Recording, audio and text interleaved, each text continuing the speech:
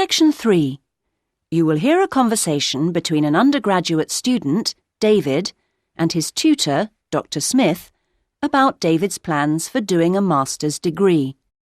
First, you have some time to look at questions 21 to 26.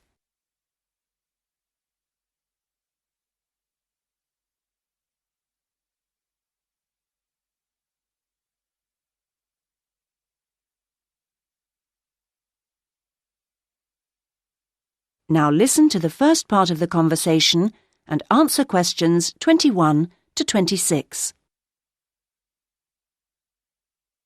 Right. Well, David, I think it's a good idea to talk a little about your plans for going on to do an MA. Now, I understand you're thinking in terms of either Forth College or Haynes College? That's right. Well, so far anyway. No, I think that's a good choice to have narrowed it down to. I'm interested to know how the services to support students work in both places. Yes, I know you've needed to make use of those here in the last year. I have to say I'm not absolutely sure about the situation at Haynes. I expect they're all right, but certainly Forth has a good reputation in that regard. They have a large number of students from abroad, and they have to make sure they're okay.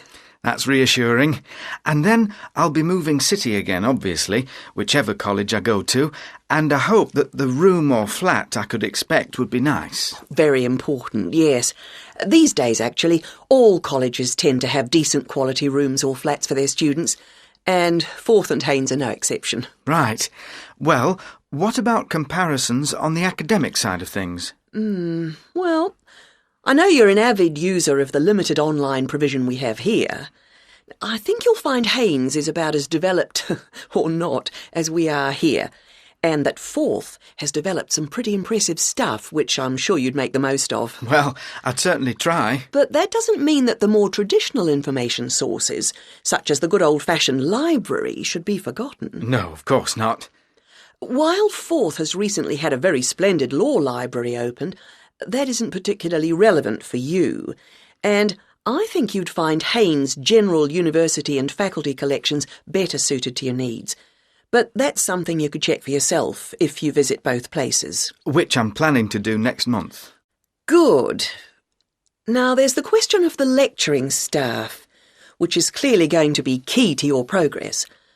I think you'd find them adequate at Forth. There are some solid people working there, while Haynes have recently taken on some inspirational people, very cutting edge. It's a little hard to judge, though, because as a research student, it's not as if you have teaching all day, every day. No, I guess not. But I'll need to consult. Yes, and on the subject of research, in terms of the college's reputation for results, again, neither place is bad in any way, but I think you'll find, and you can check this on the Research Council's website, that Haynes has consistently scored very well. There's perhaps a little bit of an issue with non-completing doctorate students at Forth. Well, I'll certainly look at the website as you suggest. Fine. Now you have some time to look at questions 27 to 30.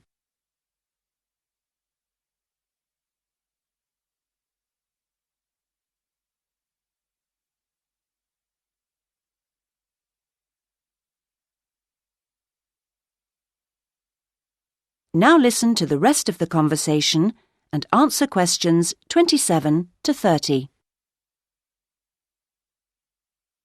I'm still a bit anxious about making this next step. I know the level of competition is very high, especially in my area.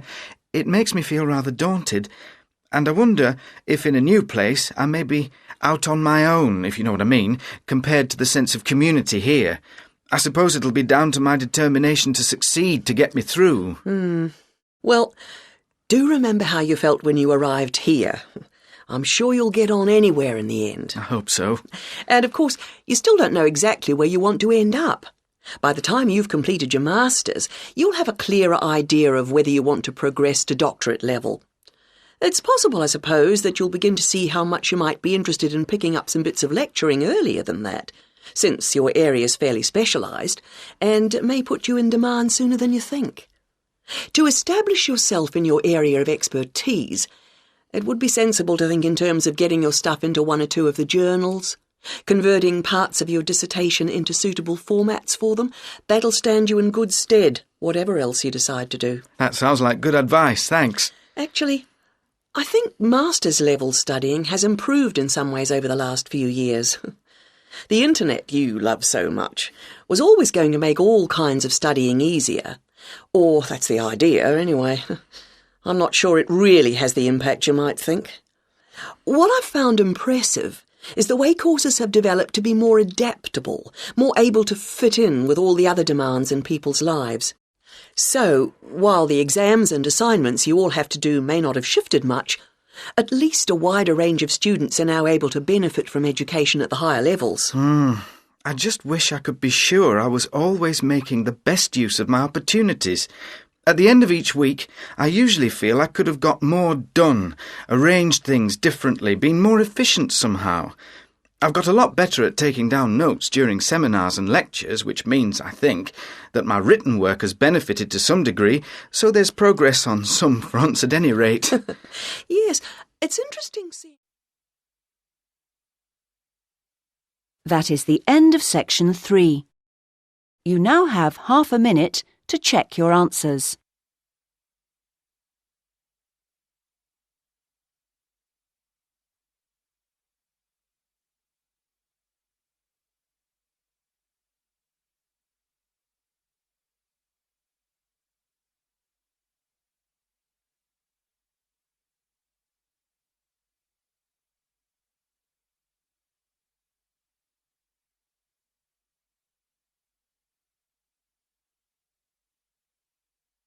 Now turn to section 4.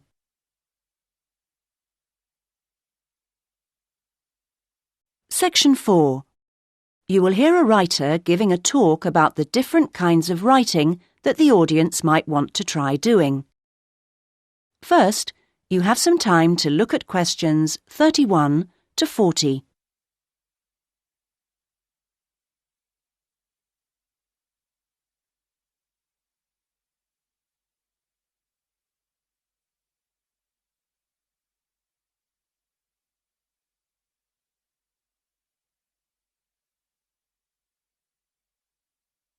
Now listen and answer questions 31 to 40. So, I'm now going to say a few words about the various different kinds of writing you may want to consider. Each has its own challenges and rewards, and it's really a question of seeing what suits you best. There are no rights and wrongs here.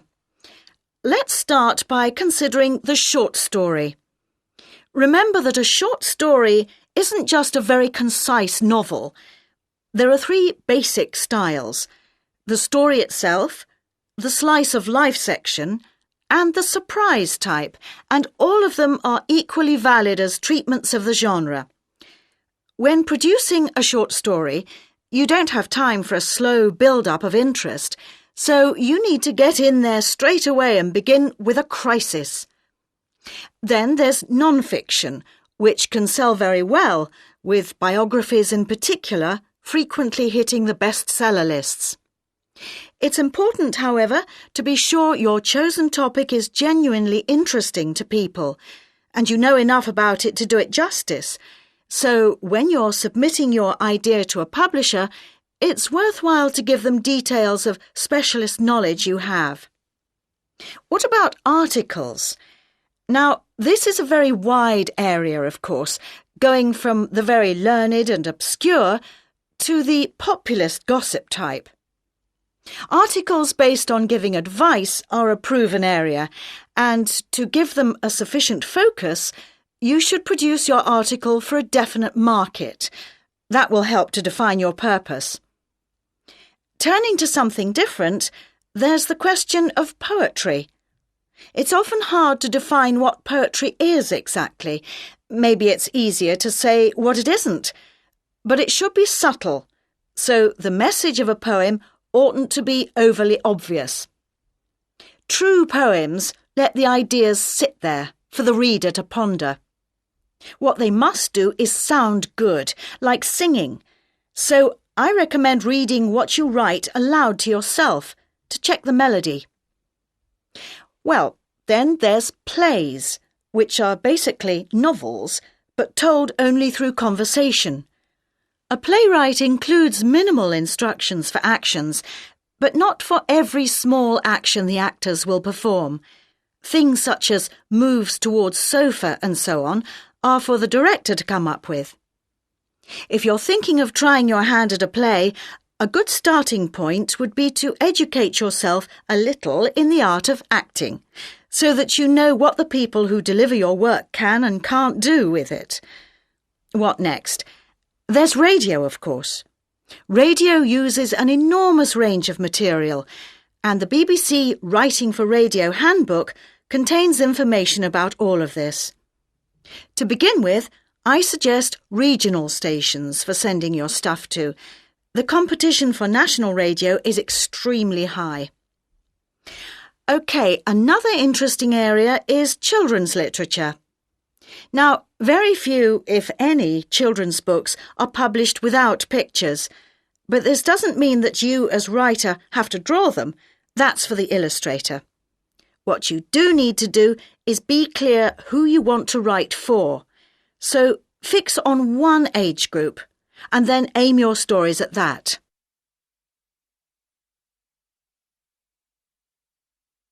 Right, I've saved what I consider to be the best and the hardest till last, the novel.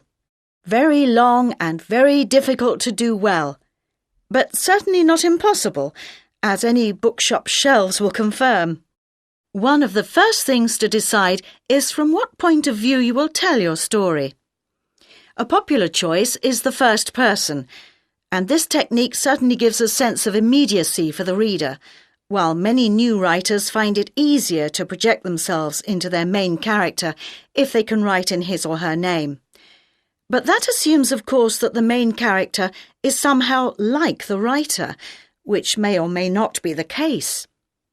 Meanwhile, if your book is all narrated by I, you can only put into your story things which are experienced by that character, which may prove to be rather restricting.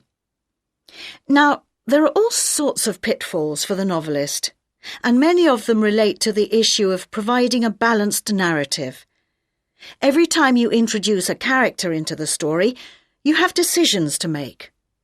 Of course, you want to populate your landscape with a variety of people to maintain interest, but don't feel you have to decorate every one of them in elaborate detail. The same goes for irony. All too often, an inexperienced writer will create a strong ironic situation and then spoil it by spelling out what they mean by it, as if readers were too stupid to understand. A few contrasting details should serve to make the point clear. A big challenge for new novelists is dialogue. What is the relationship between conversation as people really speak and as it is in novels? Well, it depends. If you recorded actual conversations and copied them straight into your narrative, readers would get confused and bored, all those unfinished sentences going nowhere. On the other hand, you don't want to write out page-long utterances by characters, as these will seem unrealistic to an extreme, but you can insert minor descriptions and actions to vary the pace and add interest. Well, I hope what I'm saying is encouraging and not too off-putting about the various difficulties. Are there any questions at this point? That is the end of section 4. You now have half a minute to check your answers.